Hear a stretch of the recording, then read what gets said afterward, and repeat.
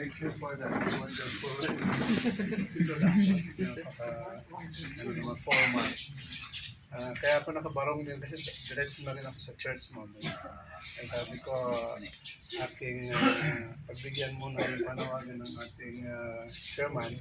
At alam ko na ito po ay napakahalaga sa atin. And besides, matagal na rin naman tayong hindi nagkita-kita. At maging si Sir Paul, he's been with me for quite some time. Marami kaming pinuntahan. At at least nakita niya yung kahalagahan ng liderato at pag-organize ng kagaya nito. And before I will continue my patungkol sa nais natin gawin, I would like to appreciate also the presence of our councilor, Manuel Malibon. Thank you very much for this very nice reception at pag-imbita dito sa amin yung napakagandang lugar. Ito ba'y pwedeng dalawin ito pagka anong mag-anuain, di ba? Kasi pupunta ka doon sa medyo malayo. Natutuwa lang po ako kasi itong organization po natin ay mix, di ba? Merong lalaki, may kababaihan. At what I like the most, yung sinabi kanina na pati mga asawa, involved na. Kasi para hindi sila nalalayo, di ba? Kasi pag lumalayo, mga ilang distansya, diba, medyo delikado. Sabi nga sa ano namin, biruan namin sa military, in every 100 miles, meron ng ibang there is somebody out there. Yun yung mga biruan. Pero siyempre, naiba na dahil siyempre ako'y bishop, di ba? Ako'y naging start na pastor, ganun, naging chaplain sa military. And then, of course, family man tayo. Ngayon po, ang nais ko pong sabihin, nakita ko yung pinakita sa atin ng ating butihing chairman. We have already this, although this is just born 2021. Tama? 2021. Kasunod ng champs, kasi 2020 lang yung champs. So, very timely kasi in Mindanao, since 1999 hanggang sa ngayon, nami-maintain ko yung mga organizations na kagaya nito. And we have also the so-called National Tribal Defense Force na katuwang doon sa Mindanao. Ito yung mga tinatawag ng mga Mindanaoan na mga bagani, mga warriors, na hindi tinatablan daw yung mano ng bala. Anyway, totoo man o hindi, importante nandun sila para mag-secure ng mga places, ng mga lugar ng mga inaapi ng mga mayayaman, mga may influensang tao, at mga investors. So this time, huwag natin papayagan na tayo ay aapihin. So this is the importance of the organization like this, that the paramilitary is a very important component of all places this time. Kasi meron naman po talagang hinirang at nagaling sa kasundaluhan, kapulisan, at mga mamamayan na nag-iingat ng ating bayan. Pero it seems na hindi pa sapat, di ba po, Konsi?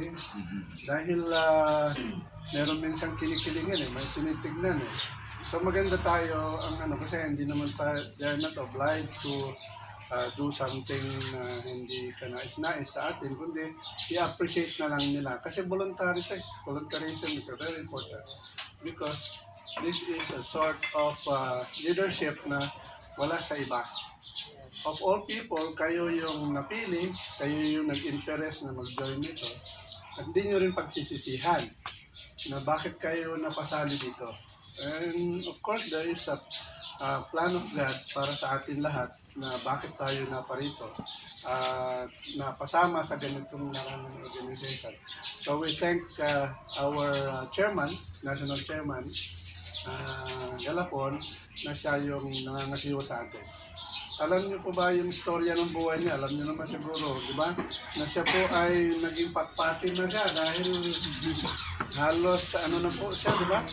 Mag-end ng life. Oo, pero kita niyo naman, naka-recover na siya. Sabi nga ni Mrs. parang artista na ngayon. Malusog na at maganda ng tignan. So, Ang pagiging leader kasi, never na pinapakita natin yung kahinaan natin. Hayaan mo lang na makita nila na medyo lupay-pay pero hindi naman siya sumusurrender. Kaya na tayo lalo dumami at lalong lumaganap.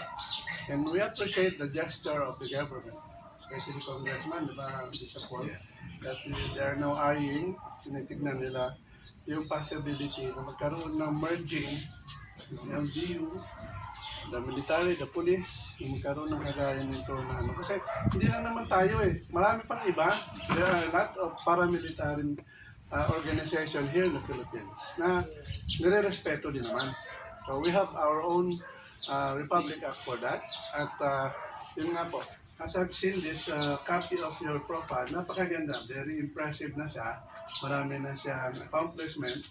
Marami na siyang mga pinaggagawa. So, makita nyo naman dito na record shows na meron talaga tayong ginagawa nationwide.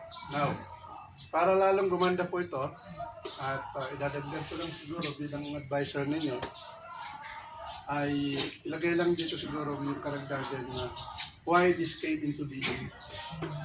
Dagdagan lang.